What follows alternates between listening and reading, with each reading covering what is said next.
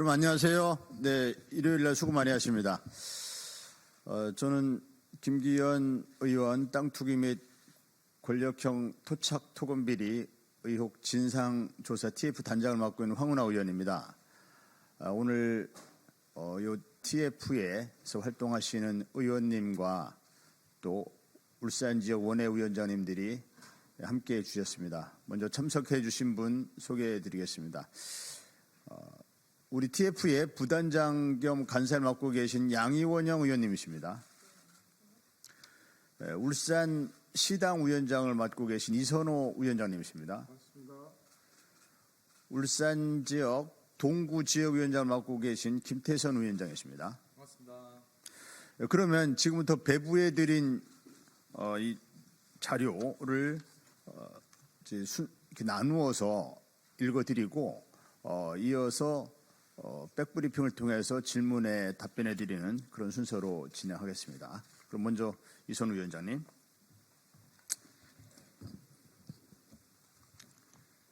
김기현 당대표 후보 토건비리 의혹에 대한 거짓 해명 중단하고 명확하게 해명하라. 지난 21년 12월 당시 김기현 국민의힘 원내대표는 본인 소유의 임야로 KTX 울산역 역세권 연결도로가 휘어진 과정에 대한 의혹을 제기한 더불어민주당 양이원영, 김명배 국회의원 당시 이상은 더불어민주당 울산시당 위원장을 비롯한 우리 당 소속 지역위원장 및 시의원, 관계자 등 14명을 공직선거법 허위사실 공포죄 및 허위사실 적시 명예훼손죄 등으로 검찰에 고소한 바 있습니다. 앞서 2018년 3월 김기현 의원은 관련 울산 KTX 부동산 투기 의혹을 보도한 울산 MBC PD를 형사 고소하고 민사 소송을 걸었으나 법원으로부터 최종 무혐의 처분과 패소 판정을 받은 적 또한 있습니다. 당시 혐의 없음 처분을 울산지방검찰청은 김기현 후보의 부동산 투기 의혹 보도가 허위라고 단정할 수 없고 허위성에 대한 인식도 있었다고 하기 어려우며 낙선 목적이 있었다고 하기도 어렵다고 판결문에 적시한 바 있습니다. 김기현 의원은 이후 2년여에 걸친 항고, 재항고에 나섰지만 모두 기각되었습니다. 이런 과정에서 김기현 의원의 울산 KTX 역세권 부동산 투기 의혹이 최근 국민의힘 자기 당대표 선거 과정에서 핵심 이슈가 되고 있습니다. 자당 당대표 경쟁 후보들조차 관련 의혹에 대한 심각성을 인지하고 명확한 해명을 요구하고 있는 것입니다.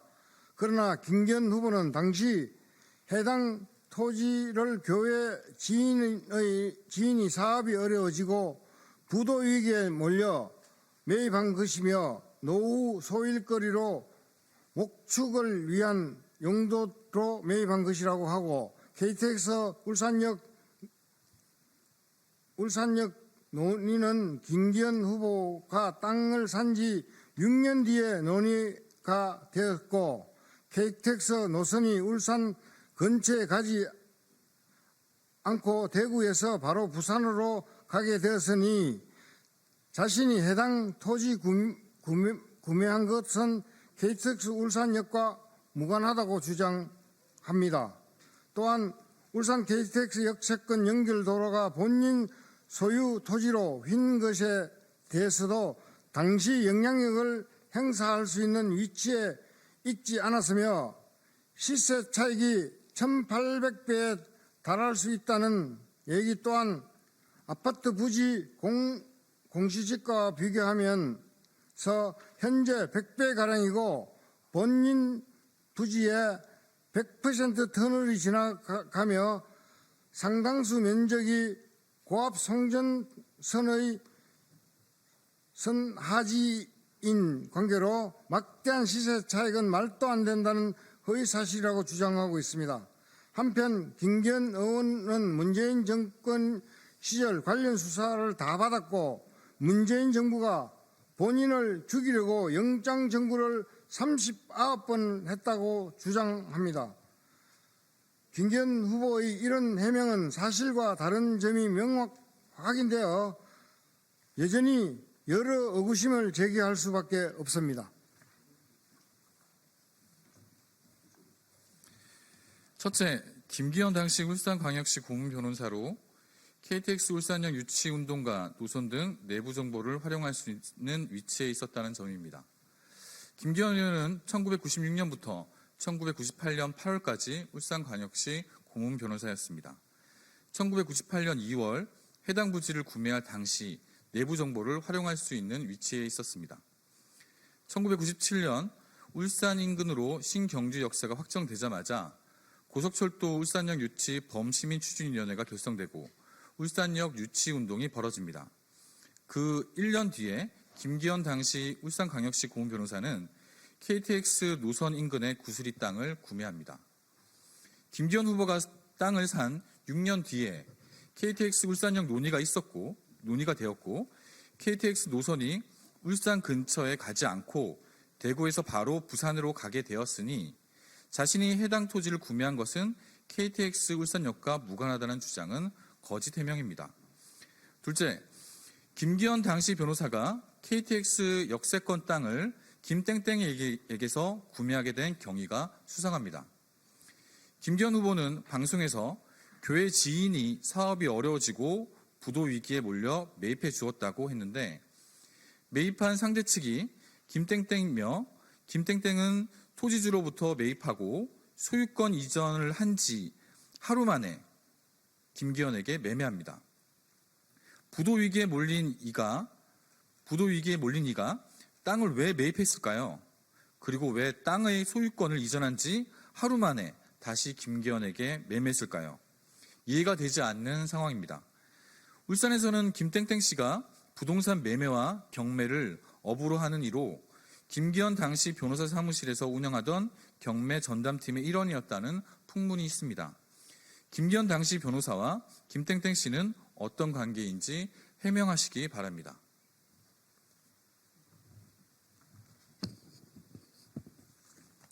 셋째, 김기현 의원의 해당 부지 개발에 도움이 되는 도로 노선은 휘어서 통과하고 개발에 좋지 않은 송전솔로는 휘어서 비껴갑니다. KTX 울산역 3동면 역세권 연결도로인 301호선이 2007년 8월 착수보고 이후에 몇 차례 중간보고 과정을 거치면서 당초 검토 대상이 아니었던 김기현 후보 보유 맹지 임야로 비정상적으로 휘어지는 노선으로 변경되었습니다. 노선이 변경되는 과정인 중간보고에는 김기현 후보 땅으로 휘어지는 노선은 산림훼손 과다하다는 의견이 제시되었습니다. 김기현 후보 땅을 지나가기 위해서 노선이 이중으로 휘어지면서 안전도 우려되는 상황이었습니다. 비정상적으로 휘는 노선이 변경될 당시에는 김기현 한나라당 울산시 남구을 국회의원으로 같은 당의 박맹우 울산시장에게 영향력을 행사할 수 있는 위치였습니다. 그 당시 한나라당 소속 울산시장은 이후 김기현 의원 본인 지역구인 울산 남구을 국회의원이 되고 또 본인은 울산시장이 됩니다. 이렇게 자리바꿈할 정도로 밀접한 사이임을 볼 때 당시 울산시에 관련 영향력을 행사하지 않았을까 하는 합리적 의혹을 충분히 갖게 합니다. 지금까지 이에 대한 해명은 없습니다.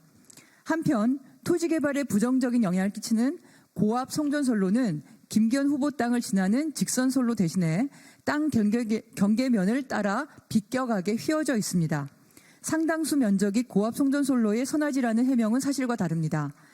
김기현 당시 국회의원은 2004년부터는 한전을 관할하는 지식경제위원회 간사를 그리고 2008년부터는 도로를 관할하는 국토위 간사를 역임했습니다. 울산시장이 되었을 때는 해당 도로 건설비를 국비 유치하려고 노력하기도 했습니다. 넷째, 김기현 후보는 KTX 울산역 역세권 구수리 땅을 2억 860만 원에 구매했다고 주장하는데 당시 공시지가 6배이고 현재 공시지가보다 높습니다. 매매 계약서를 제시하기 바랍니다. 거래가 없는 맹지 임야의 경우 실거래가와 공시지가의 차이는 크지 않아 1998년 공시지가를 추정했을 때 평당 1,100원가량이고 약 3만 5천 평이니 추정되는 매매가는 3,800만 원입니다.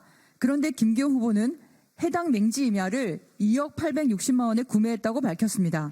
평당 6천 원가량으로 구매했다는 것입니다. 공시지가보다 6배 비싸게 구매한 이유를 밝히길 바랍니다. 김기현 의원은 자신의 땅 공시지가가 현재 평당 2,270원이라고 밝혔습니다. 지금보다 30여 년 전에 그렇게 비싸게 구매한 이유가 무엇입니까? 당시 매매 계약서 등을 공개하시기 바랍니다. 또한 김기현 후보는 인근 KCC 언양공장 사원 아파트 부지 지난해 공시지가가 25만 4,600원으로 이것과 자신 땅의 공시지가와 비교하고 있습니다. 제가 김기현 후보 땅과 비교하기 위해 참고 삼은 매매 가격은 KCC 언양공장 아파트 부지 공시지가가 아니라 이미 도로가 개설된 인근 자영녹지 실거래가입니다. 김기현 후보의 땅으로 도로가 개설되었을 경우에 최소 예상 수익 차이이므로 실거래가와 비교했습니다. 현재 김기현 후보의 KTX 울산역 역세권 구수리 땅에는 노선만 확정된 상태입니다. 2007년 당시에는 땅 끄트머리를 지나게 되어 있었지만 지금은 땅 한가운데를 지나도록 추가 변경되었습니다. 땅이 개발되는 첫 번째 조건은 도로가 지나가는 것입니다. 김기현 후보는 자신의 임야 밑으로 터널이 지나도록 설계되었다고 하는데 그런 실시 설계 용역은 지금 울산시장이 진행 중입니다. 아직 터널 여부는 결정되지 않았습니다. 김기현 후보는 해명을 하면서 마치 자신의 구수리 땅이 가파른 산으로 보이게 하려고 Y축에 표시된 해발고도 160m를 도로 길이 표시한 X축의 1km와 비슷하게 늘렸습니다. 마치 개발하기 어려운 험악한 산지임을 강조하기 위해서 의도적으로 왜곡한 거 아닙니까?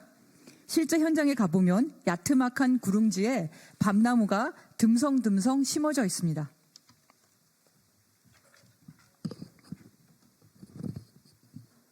다섯째, 김기현 후보는 문재인 정부가 본인을 죽이려고 39번 압수수색을 해 탈탈 털었는데 아무 먼지도 나오지 않았다면서 마치 울산 KTX 역세권 땅 투기 의혹에 대해 억울하게 수사를 받은 희생양인 양 피해자 코스프레를 하고 있지만 김기현 후보에 대한 수사나 압수수색은 단 한 차례도 없었습니다.